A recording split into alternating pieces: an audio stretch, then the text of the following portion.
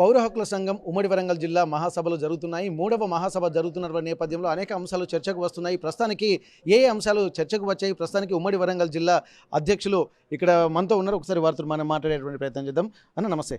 ఇప్పటి వరకు పౌర హక్కుల సంఘం సాధించినటువంటి 50 సంవత్సరాలు దాటినటువంటి నేపథ్యంలో కూడా అనేక పౌర హక్కులకు సంబంధించినటువంటి అంశాలపై కూడా ఎప్పటికీ చర్చిస్తూనే ఉన్నారు. హక్కుల సాధన ధ్యేయంగా కొత్త అమెండ్మెంట్స్ రూపకల్పనలో భాగంగా ప్రధాన పాత్రలు కూడా పోషించేటువంటి సందర్భాలు అనేకంగా కనిపిస్తున్నాయి. ఈ నేపథ్యంలో ఇప్పుడు ప్రస్తుత పరిస్థితుల్లో 50 ఏళ్ళు పూర్తి చేసుకున్న తర్వాత మూడవ మహాసభలు మీరు నిర్వహిస్తున్నారు. ఇట్లాంటి తరుణంలో పౌర హక్కుల సంఘం యొక్క అచీవ్మెంట్ ఎంతవరకు వచ్చింది? మీ దగ్గర ఉన్నటువంటి ఉమ్మడి వరంగల్ జిల్లాలో ఎట్లాంటి పరిస్థితులు ఉన్నాయి? ముఖ్యంగా కర్రెగుట్ట ఆపరేషన్కి సంబంధించి కూడా ఉమ్మడి వరంగల్ జిల్లా పరిధిలోనే ఇవన్నీ నడుస్తున్నాయి కాబట్టి ఎట్లాంటి పరిస్థితులు ఇక్కడ ఉమ్మడి వరంగల్ జిల్లాలో నెలకొని అనుకుంటున్నారు? మిత్రులారా, పౌర హక్కుల సంఘం గత 52 సంవత్సరాలుగా ప్రజాస్వామిక హక్కుల కోసం, రాజ్యాంగపరమైన హక్కుల కోసం, ప్రధానంగా మనిషి జీవించే హక్కు అనేది ప్రధానమైనది. ఏ ప్రభుత్వాన్ని కానీ, ఏ పాలకులు కానీ వాళ్ళు ఏ విధంగానైతే రాజ్యాంగ కల్పనలో భాగంగా, ఎన్నికలో భాగంగా కల్పించిన హక్కులో భాగంగా వాళ్ళు ఎన్నికై రాజ్యాంగంలో అధికారంలోకి వచ్చిన తర్వాత రాజ్యాంగం మీద ప్రమాణం చేసి ఇవాళ రాజ్యాంగ హక్కులు కాల్పాడుతాను, రాజ్యాంగపరంగా చట్టబద్ధమైన పాలన అందిస్తామని చెప్పి ఇవాళ మళ్ళీ అధికారంలోకి వచ్చిన తర్వాత ఏకపక్షంగా ప్రజల యొక్క అంశాలను పక్కకు పెట్టి కేవలము అణిచివేత, తమ యొక్క స్వార్థ ప్రయోజనాల కోసం ఇవాళ ప్రభుత్వాలు కొనసాగే సందర్భాలు ఉన్నాయి.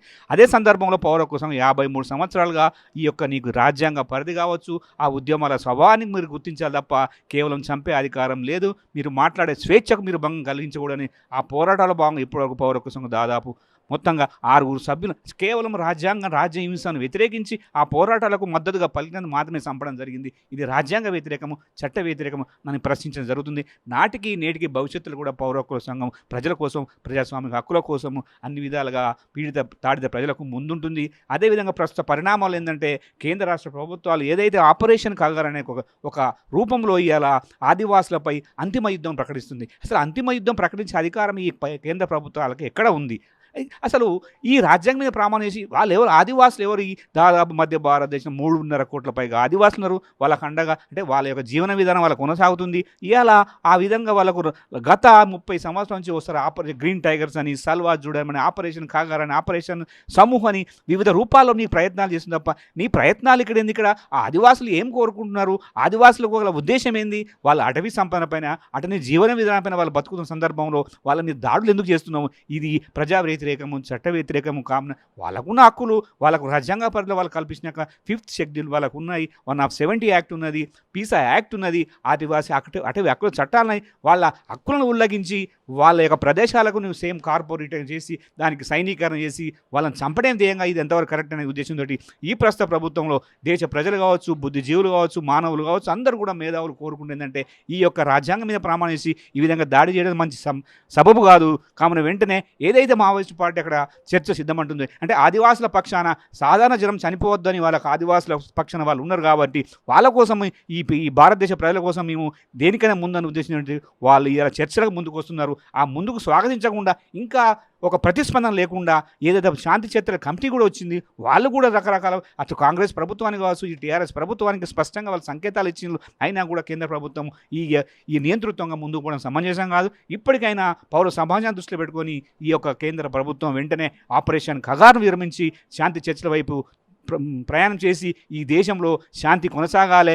నిజంగానే వాళ్ళకి ఏమైనా ఆదివాసీ సమస్య కానీ మావోయిస్ట్ సమస్య ఉంటే అది చర్చల ప్రాతిపదికన సమస్య పరిష్కారం తప్ప ఈ శాంతి భద్రత సమస్యగా స్వీకరించకుండా ఆ యొక్క మావోయిస్ట్ ఒక రాజకీయ ప్రయోజనం ఉన్నది కాబట్టి దాన్ని దృష్టి పెట్టుకొని ఒక ఆర్థిక సామాజిక కోణంలో పరిశీలించే విషయం ముందుకు పోవాలని పౌర హక్కుల సంఘం వరంగల్ జిల్లా డిమాండ్ చేస్తూ, అదేవిధంగా ఇప్పుడు ఈరోజు మహాసభ కూడా 2 తీర్మానాలు చేసింది. ఏంటంటే ఒకటి ఆపరేషన్ కగారును ఆపివేయాలి, రెండవది శాంతి చర్చల వైపు ఈ కేంద్ర ప్రభుత్వం తన యొక్క ప్రయత్నాలు కొనసాగాలని కోరుకుంటున్నాం. Okay, thank you sir. ఇప్పటివరకు 2 అంశాలని ప్రధానంగా తీసుకున్నారు. మూడవ మహాసభల సందర్భంగా ఉమ్మడి వరంగల్ జిల్లా కూడా ఈ ఎన్నో అంశాల మీద కూడా పోరాడుతున్న నేపథ్యంలో ప్రధానంగా ఆపరేషన్ కగార్ అనేది చాలా కీలకమైనటువంటి అంశంగా చర్చిస్తున్న నేపథ్యంలో శాంతి చర్చలు కూడా చేపట్టాలనే ఒక అంశాన్ని కూడా తెరపైకి వచ్చినటువంటి పరిస్థితి. దీనికి సంబంధించి ఇక్కడ జనాల్ని కూడా జాగృతం చేసుకుని ఇప్పటికీ దేశవ్యాప్తంగా నెలకొంటున్నటువంటి అసాంఘిక శక్తుల వ్యవస్థ ఎట్లా ఉందనేది కూడా ప్రజలకు వివరించాల్సినటువంటి అవసరాన్ని కూడా గుర్తు చేస్తున్నటువంటి పరిస్థితి ప్రస్తుతానికి రాష్ట్ర అధ్యక్షులు లక్ష్మణ్ గారు మనతో ఉన్నారు.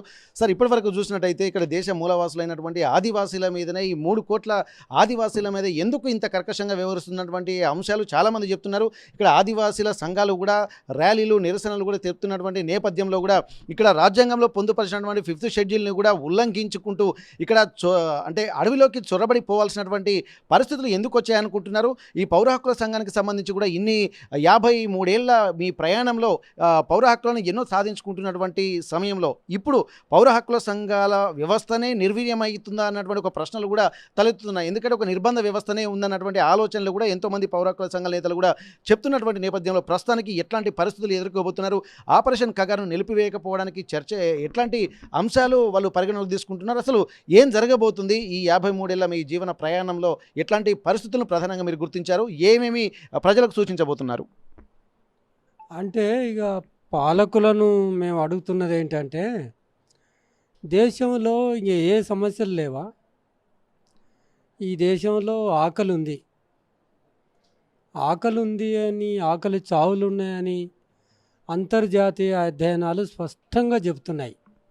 127 దేశాలను అధ్యయనం చేస్తే, ఏ దేశంలో ఆకలి ఉంది అని అధ్యయనం చేస్తే 127 దేశాల్లో మన దేశం 2024 అంతర్జాతీయ సంస్థల అధ్యయనం ప్రకారంగా 105వ స్థానంలో ఉంది. అంటే ఇంకా 20 దేశాలు మాత్రమే మన కింద ఉన్నాయి.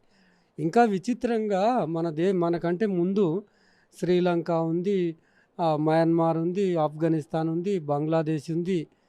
ఈ చిన్న చిన్న దేశాలు మనకంటే ముందున్నాయి ఆకలి. అంటే ఈ దేశంలో 2014లో మన ర్యాంకు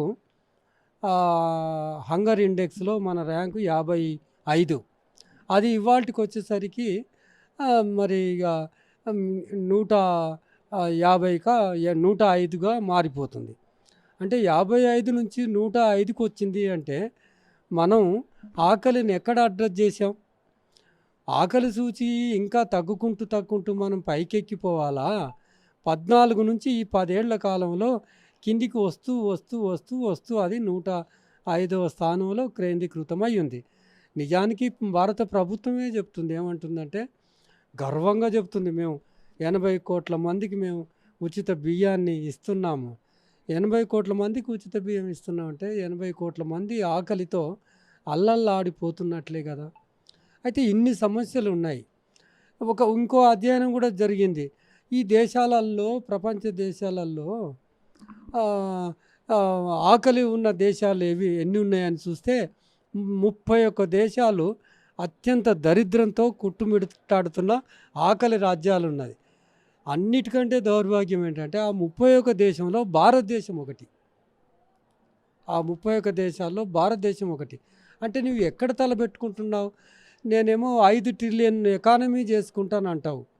5 ట్రిలియన్ ఎకానమీ చేస్తావు నిజమే, 5 ట్రిలియన్ ఎకానమీ చేస్తావు, కానీ ఆకలిని అడ్రస్ చేస్తావా? ఈ దేశంలో ఆకలి లేకుండా చేస్తావా? ఈ దేశంలో లింగ వివక్ష లేకుండా, జెండర్ ఇన్ఈక్వాలిటీ లేకుండా చేయగలవా? ఈ దేశంలో ఆర్థిక అసమానతలు పెరిగిపోతూ ఉన్నాయి కదా, కుల వివక్ష మనకు స్పష్టంగా కనబడుతుంది కదా, ఎంత దౌర్జన్యాలు జరుగుతున్నాయి ఈ దేశంలో. ఇవన్నీ ఏమీ లేకుండా, ఏ సమస్యలు లేనట్టుగా అదేదో మావోయిస్టులను నేను అంతం పెడతానంట. మావోయిస్టులు వాళ్ళ పని అయిపోయిందని అంటిరి. వాళ్ళు చేస్తున్న దాడులు ఏవైతే ఉన్నాయో దాడులే లేవని మీరు లెక్కలతో పాటు చెప్తున్నారు. ఇన్ని కోట్లు ఖర్చు పెట్టి మావోయిస్టు సమస్య మాత్రమే ప్రజల సమస్య అని చెప్పి చిత్రీకరణ చేసి 650 క్యాంపులు పెట్టి 7 లక్షల పారామిలిటరీ బలగాలను పెట్టి భారతదేశ సరిహద్దుల్లో ఉండాల్సిన ఆ బార్డర్ సెక్యూరిటీ ఫోర్స్ను తీసుకొచ్చి, ఇండో టిబెటన్ బార్డర్ ఫోర్స్ను తీసుకొచ్చి మధ్య భారతంలో దండకారంలో మోహరిస్తున్నావు. ఎందుకోసం మోహరిస్తున్నావు అనేది ఇవాళ ప్రజలు ఆలోచించాలి. వీళ్ళ వెనుక ఉన్న ఉద్దేశం ఏంటంటే ఈ దేశాన్ని మోడీ లేకపోతే బీజేపీ పరిపాలిస్తుంది అనుకుంటే మనకు మౌలికమైన సమస్య అర్థం కాదు. ఈ దేశాన్ని పరిపాలిస్తున్నది పెట్టుబడిదారి సామ్రాజ్యవాద వర్గాలు వాళ్ళకున్న అభివృద్ధి నమూనా మోడల్ అది. వీళ్ళు ఎలక్షన్లో గెలవటానికి, బీజేపీ ఎలక్షన్లో గెలవటానికి బడా పెట్టుబడిదారులు తిరగటానికి, ఎలక్షన్లో తిరగటానికి హెలికాప్టర్లు ప్రొవైడ్ చేసిండ్రు, డబ్బులు ఇచ్చిండ్రు. ఎలక్టోరల్ బాండ్లో పూర్తిగా బయటపడిపోయింది పెట్టుబడిదారుల పూర్తి సంపూర్ణ సహకారంతో ముందుకు వచ్చారు కనుక వీళ్ళు ఎవరి కోసం పనిచేస్తున్నారు? ఆదివాసుల మీద ఎందుకు దాడి చేస్తున్నారు? ఎవరి కోసం పనిచేస్తున్నారు? కేవలం కరోనా పీరియడ్లో ఆదాని ఆస్తులు 700 టైమ్స్ పెరిగిపోయాయి. ఈ కుట్ర ప్రజలు అర్థం చేసుకోవాలి. అయితే అక్కడ ఉన్న మధ్య భారతదేశంలో ఆదివాసీల కాళ్ళ కింద అత్యంత విలువైన సహజ సంపద మినరల్స్ ఉన్నాయి. అవి ఆ మినరల్స్ను తీసి, ఒక మాట చెప్పన, నేషనల్ మినరల్ డెవలప్మెంట్ కార్పొరేషను ఎందుకు మనం భారతదేశంలో ఆ సంస్థ ఉంది. ఆ సంస్థ వచ్చి ఆ మినరల్స్, భూగర్భంలో ఉన్న మినరల్స్ను తవ్వి బయటికి తీసి వాటిని ఉత్పత్తి చేసి, ఆ ఉత్పత్తిని ఇతర దేశాలకు ఎగుమతి చేసి, ఆ రకంగా వచ్చిన విదేశీ మారక ద్రవ్య నిల్వల్ని అభివృద్ధి కోసం, ఈ దేశ అభివృద్ధి కోసం, ఈ దేశంలో రోడ్లు వేయటానికి, ఈ దేశంలో పాఠశాలలు పెట్టడానికి, హాస్పిటల్స్ పెట్టడానికి, వాటికి ఖర్చు పెట్టడం అనేది ఎకనామిక్స్ చెప్తుంది. మీరు అభివృద్ధికి వ్యతిరేకం అంటారు చూడు. దేనికి వ్యతిరేకం మేము అంటే, ఈ అభివృద్ధి మోడల్కు నిజంగా వ్యతిరేకమే. ఈ అభివృద్ధి మోడల్ ఏంటంటే, ఆ పెట్టుబడిదారులకు ఇస్తానన్నావు కదా, దానికి వ్యతిరేకం. నీకెవరైతే సాయం చేశారో, నీకెవరైతే పార్టీ ఫండ్ ఇచ్చారో, ఆదానీలు, అంబానీలు, ఈ గుజరాతీ పెట్టుబడిదారులకు ఆ సహజ సంపదను తీసేస్తున్నావు నువ్వు. దాన్ని మేము సహజ సంపదను, పర్యావరణాన్ని రక్షించుకుంటాం, సంపదను రక్షించుకుంటాం, ఈ చెట్లను రక్షించుకుంటాం, ఇదంతా మేము వచ్చే జనరేషన్ కోసం ఇస్తామని ఆదివాసీలు అడ్డం పడుతున్నందుకు ఆదివాసీలను చంపుతున్నారు. వాళ్ళతో పాటుగా ఉన్న మావోయిస్టులను చంపేస్తున్నారు. ఈ చంపే వ్యవహారానికి ఆపరేషన్ కగార్ అని పేరు పెట్టారు. ఇవన్నీ పక్కకెట్టి కాల్పుల విరమణ ప్రకటించి శాంతి చర్చలకు వచ్చి ఆదివాసీల సమస్యలు ఏవి ఉన్నాయో అవి అక్కడ ఏర్పాటైన ఒక రాజకీయ పార్టీ ఉంది. రాజకీయ పార్టీతో ఆదివాసీలతో చర్చలు జరిపి శాంతిని నెలకొనే విధంగా చేయాలని చెప్పి పౌరాకుల సంఘం తీర్మానం చేసింది ఈ ఉమ్మడి వరంగల్ జిల్లా సభలో.